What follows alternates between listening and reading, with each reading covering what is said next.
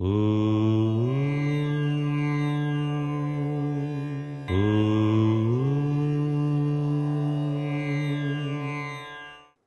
నమో నారాయణాయ. ఓం నమః శివాయ. శ్రీమాత్రే నమః. మానవ జీవితంలో అనుక్షణం కూడా గ్రహాల ప్రభావం పనిచేస్తూనే ఉంటుంది. పుట్టినటువంటి ఆ యొక్క నక్షత్రాన్ని బట్టి, పుట్టిన సమయాన్ని బట్టి ఆ వ్యక్తి జాతక చక్ర రీత్యా గనక ఏలినాటి శని ప్రభావం గనక ఉన్నట్లయితే, ఆ ఏలినాటి శని యొక్క ప్రభావం నుంచి మానవుడు బయల్పడి సుఖప్రదమైనటువంటి జీవితాన్ని అనుభవించటానికి వారాల్లో శనివారం అత్యంత విశిష్టతను సంతరించుకున్నది.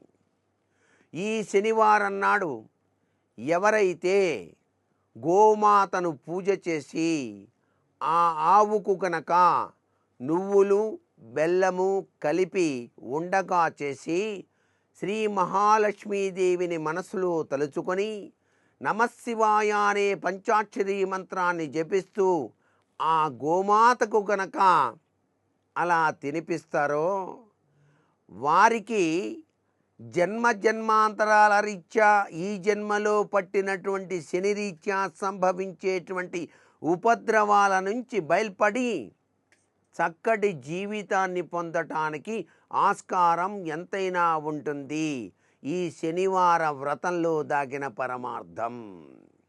గోవులో సకల ముక్కోటి దేవతలతో పాటుగా లక్ష్మీదేవి ఎప్పుడూ కూడాను గోవు యొక్క పృష్ఠభాగంలో ఉంటుంది.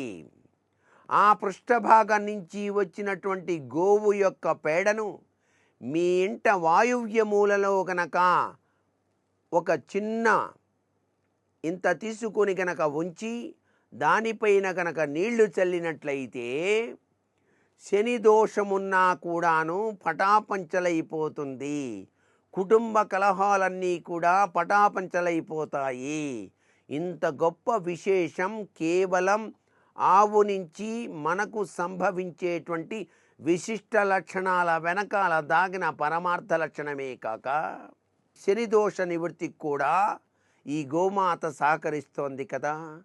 అంతేకాక శమగ్నిరగ్ని భిస్కరచ్చన్న సపతు సూర్య సంవాతో వాత్మరప అపసృత అనేటువంటి మంత్రాన్ని శనివారం నాడు అధ్యయనం చేసి శివాభిషేకం చేసినట్లయితే శని దోషము కూడా పటాపంచలైపోతుందని శాస్త్రసమ్మతమైన విశేషాంశం. సర్వే జనా సుఖినో భవంతు.